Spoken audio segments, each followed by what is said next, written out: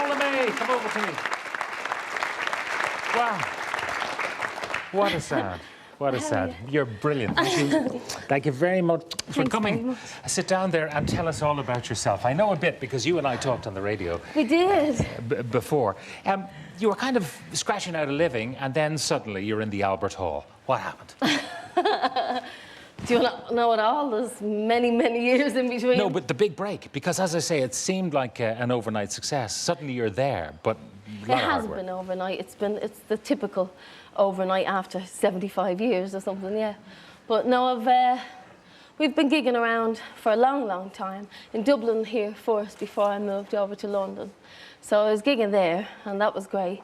But the Albert Hall, we were doing some supports with Jules Holland.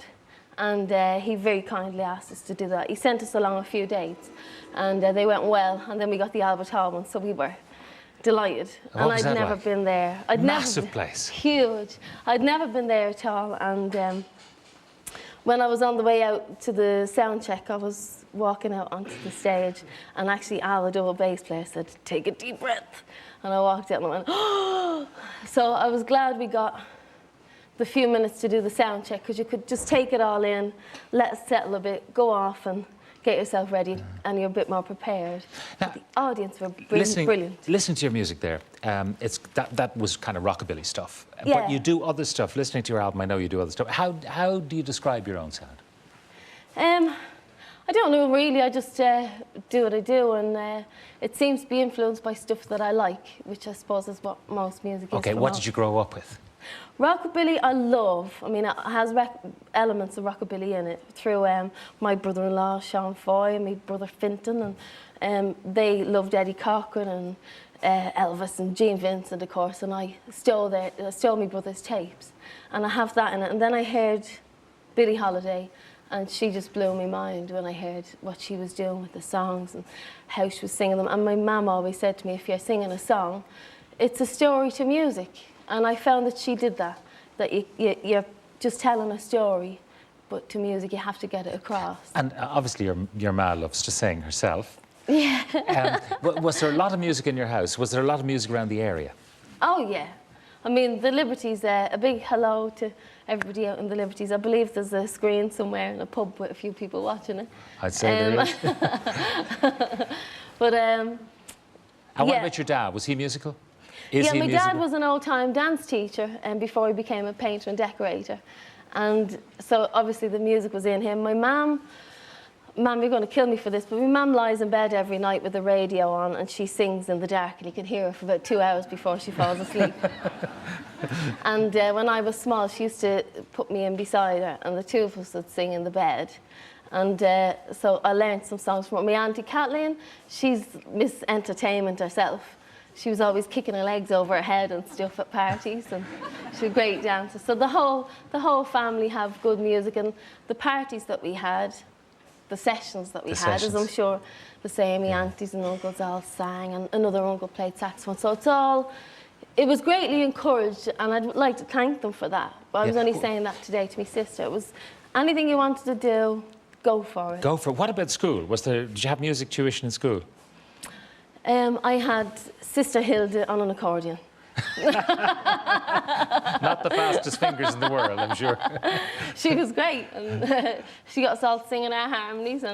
But you hear of other people, and they had, piano lessons and big orchestras and all. We had a wonderful Sister Hilda on accordion. On her accordion. She stamped out that beat on that. Now, you had a brief moment of fame when you were 14. What was that?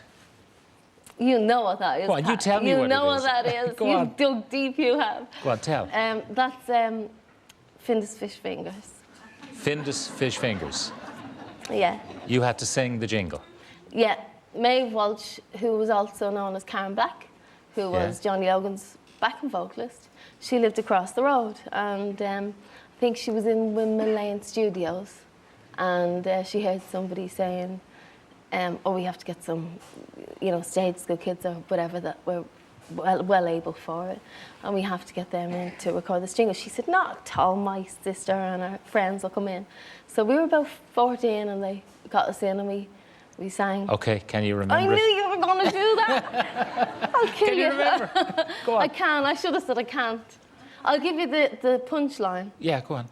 Bet you never put your finger on a crunchier crumb. Bet you never put your finger on a crunchier crumb.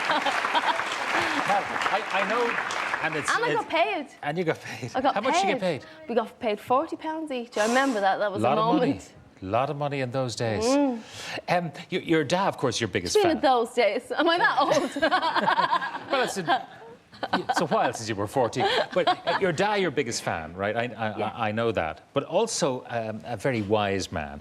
He had some words of advice for you when you broke up with a boyfriend when you were younger. What did he say to you? You were in bits, you were in tears. I was in tears and I was on the way to Brussels where I used to sing. And that's the pub off Grafton Street. Yeah, I started off in there and jam sessions and I was on my way to there. And he used to be great picking me up in the middle of the night to bring me home, make sure I was safe. And on the way there, I was bawling my eyes out and he said, are you broken-hearted? And I said, yeah. He said, do you feel really awful? And I said, yeah. And he said, good, because you'll sing the blues part tonight. Compassion. And my uncle was great as well. My uncle Kevin was sitting there. I don't know if you can see him. Yeah, we can see You've Kevin. probably been harassed by him without you realising. I think he's lurked outside the radio centre, all right. He did, and he used to jump at CDs I had. He used to shove them into people's hands on the way in. So you've probably met him without realising. That was Uncle Kevin. And I know your dad, when you were doing gigs, he'd be telling everyone and handing out leaflets and everything. Still does. Still does? Still does. And all of the liberties, you know, they ring all the family. Everybody's watching tonight, which is great. And the liberties, they had Jack Roach's Fruit and Veg. They had posters in the window. Fusco's Chipper had posters in the window. And even St. Catherine's Church, instead of having prayers on the back of their leaflets, they had an advert for gigs. Now, your husband's here tonight. He's in the band, plays guitar. How did you two meet? We met a mutual friend of my brother-in-law and him. We're both into Eddie Cochran. And this friend decided they should meet. And we met at a gig. I went over and I was singing, and he was playing guitar behind me, and I thought, oh, hello. And then he chased me a bit. He kept coming over to here to convince me to come back and got gigs. And I found out around our wedding, actually, that he couldn't get the ticket over once, so he sold his car. To buy the ticket? Oh, there's a romantic. He's disgusted. He sold his car to buy a ticket to come to see. He has a big hard man look, but he's an old teddy bear. He's an old teddy bear. You're going to sing a song, another song, which is called I'm Falling in Love with You Again. Yeah. And that's for himself. You wrote that for him? I did. I thought there was, you know, I love songs. I mean, I love a lot of the old songs are so simple. But most of the songs that I'd heard were written about love for the first time, new love. But I thought, you know, when you see, you know, my mum and dad just been married 50 years, and Kathleen and Kevin, you see, you fall in and out of love a lot, don't you? I'm sure you've had you kill each other every now and then you fall back in love again. And I thought there wasn't many songs that was about falling in love with the same person again. All over again. Yeah. All right, will you get yourself organised? I want to just have a quick word with the gang over here while you're getting organised. Yeah. Thanks for having us. Delighted to have you. Tony, how are you? How are you? You actually worked with Larry Gogan, I believe. I did. Well, when he was only starting off on the dance programme, Shall We Dance? Shall We Dance? I was adjudicating some of the competitions there. And you knew he was a talent that would go far. And we knew that, yes. He was very talking to himself, trying to learn his script, but he got it all right. And did you know that your daughter was destined for stardom as a young one? Yes. I'll tell you how. How? One of the reasons, anyway. From the very start, when she was about 5, screaming and crying and tantrums, the whole lot, tears running everywhere, I got my camera, went over and said, I'm going to take a photograph. The whole thing changed to a big smile. And I took the photograph, and then she went back to crying again. A star is born. And another thing happened as well that makes sure she was a star. We went over with the guides to Rome. And we were looking up, and she was at the front with the guys. We were at the back. And next thing we see this baby up in the Pope's arms. Who's that? That's Imelda. And Pope Paul had her in his arms. I don't believe so it. she's meant to be a star from that day on. Absolutely. And Madge, I should ask you, you know, she's been trying for a long time. I'm sure you're wondering, would it ever happen? Then suddenly you get to go to the Albert Hall to see her. What was that like? Oh, it was unbelievable because, well, one particular thing struck me. We really didn't know where we were going. And when we got there, we were just ushered into a box, and Daryl's parents were in the box as well as us, you see. And when Imelda came out to sing, we could see her laughing and all, but I'm very Republican. And here we were sitting in the Queen's box. But we didn't know.